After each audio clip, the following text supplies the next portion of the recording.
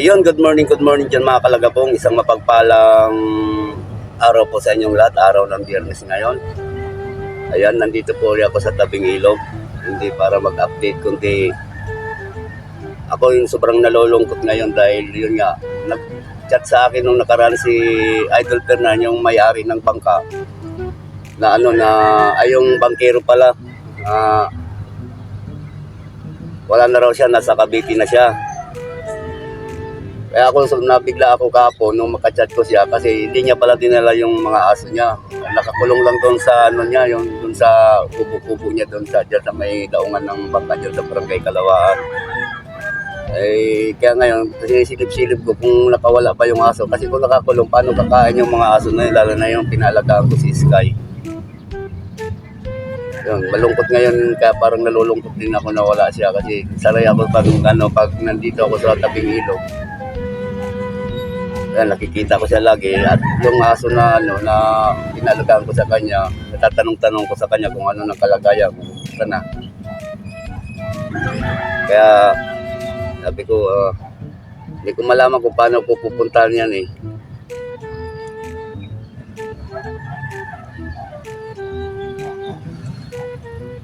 Nalulungkot din ako na biglang ko alam kung nasira yung makina ng bangka niya o ano. Pero nung kapag sabi sa akin yung dito, yung laging nakatambay rito sa yan, nandyan sa taas, na raw, sira daw yung makina ng bangka. Kaya umalis muna si Fernan. Nung mag-usap naman kami kahapon, magka-chat kami ni Fernan, na Idol Fernan, raw, may na raw yung kita niya, sapat lang daw sa pagkain. Kaya siguro naganap na rin ng ibang mapapagkitaan. Andun sa Cavite ngayon. Total, nandito na lang din ako. Pakita ko na rin ulit sa inyo ang kalagayan ng ating ilog Pasig. So far, ngayong umaga, 6:15 ng umaga, ang ganda na ng ilog ngayon. Hindi na kulay itim masyado. Siguro dahil sa high tide siya. Ayan. Pero ang agos niya papunta roon, papuntang Laguna. Papuntang Laguna TV. Tingnan natin mga kalagabong kalagayan ng ilog. Papakita sa inyo. A few moments later. High tide siya mga kalagabong ngayon. Kasi yung dito, yung bato dito, kung napapansin ko yung bato rito sa yan. Medyo yung iba hindi gaanong lubog. Ito naman, mga lutang yung talagang matataas na bato na yung nakalutang nga.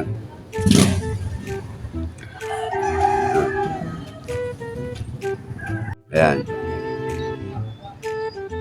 Ang ganda ng ilog ngayon. Sobrang napakatahimik. Sobrang kalmado.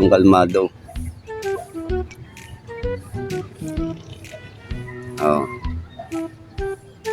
Lakas ng agos, pabalik, papuntang Laguna. Yan mga kalagabong agos na yan, kung talagang baha o maulan na, hindi yan hindi yan bumabalik papuntang Laguna, puro palabas yan, puro papuntang Manila Bay yan. Kaya yung alat hindi pumapasok dito sa ilog.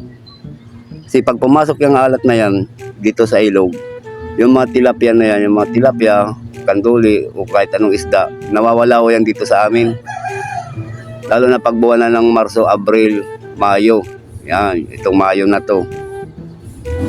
Talagang nawawala talaga. Yun nga, kung napunta nga yan doon sa malamig na lugar sa sa Tabang, sa Manila Bay, Laguna de Bay, o kaya mga Binangonan, Talim Island, yan. Nandoon lahat sila dyan. Kaya nakakaano pa rin mamingwit ngayon. Pero may medyo may tsura na ang tubig na hindi na katulad ng sobrang itim na mabaho talaga ngayon. Pero hindi pa naman naulan siguro high tide lang talaga. Ayun yung bangka ni Idol Fernan, i-zoom natin. Ayun. Ayan, diyan nakalagay yung aso ko. Ayan. Diyan nakalagay yan. Ayan. Ayun yung bangka niya, nakatambay na naman. Nung nakaraan, ilang taon din niya nakatambay.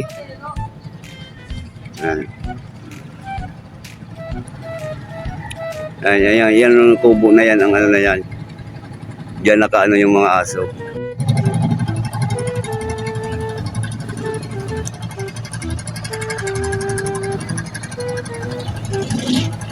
Ayan, parating na yung bangkang pampasayroan. Siguro lahat na sila dito na sumasakay. Pati yung pasayro ni Idol Fernan siguro. Malamang dyan na rin sumasakay yan. Ayan. Ayan.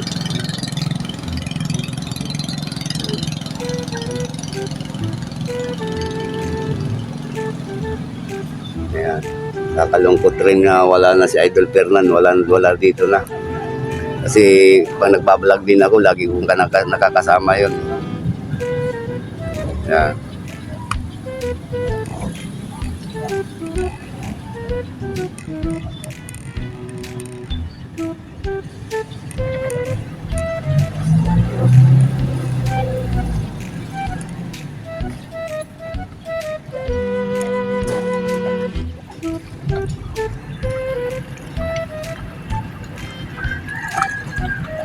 Daming pasahero yan mga kalagabong lagi.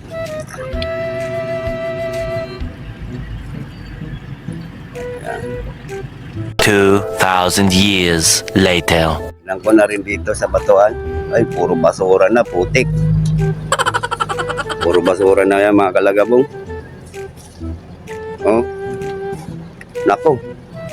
Ano na nangyari sa tabing ilog? Talagang wala na mga pakundangan ng tao rito magtapon ng basura. Oh. Ginawa ng ano to, Smoky Mountain. Oh my God! Halip na basura yan. Wow! Sigurado to, pag binaha, tanga ito. Kaso ang problema, yung ilog naman natin ang maapektuhan nito. Grabe na to. Dapat itong mapaabot sa ating punong bayan. Punong syudad, ayan. Isus, grabe na. Oh. Sana all. Ano ba yan? Paano ka ba dito mamimingwit? Grabe naman mga tao talaga rito. Squatter na squatter talaga ugali. May truck naman naghahakot ng basura. Ba't kailangan dito pa itapon sa gilid ng ilog? Ay, hindi na maganda.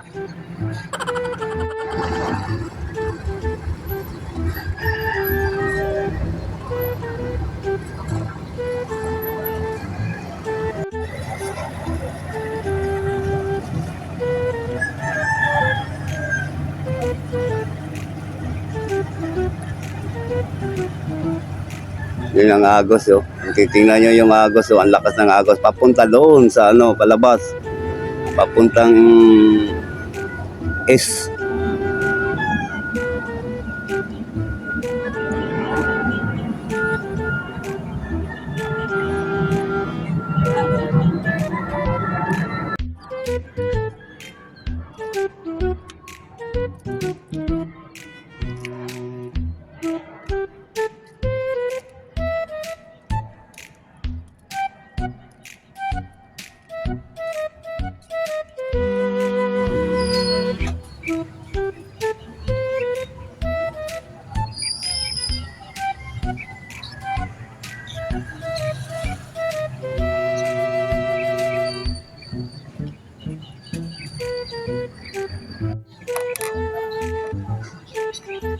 Ayan mga kalagabong, dito tayo sa spot ko. Medyo malakas na ang agos.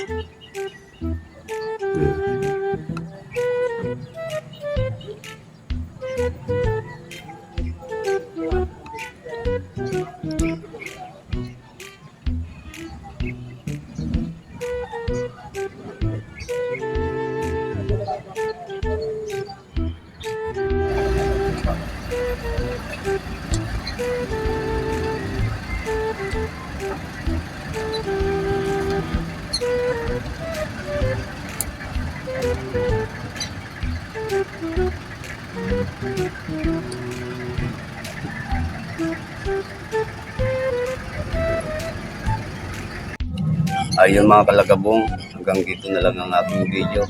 Ayan. Uwi na ako. I-update ko lang sa inyo yung sobrang lungkot ko talaga na wala si Idol Fernan na hindi na siya nagbabangka. naalala ko pa, isa pa yung alaga ko talagang aso.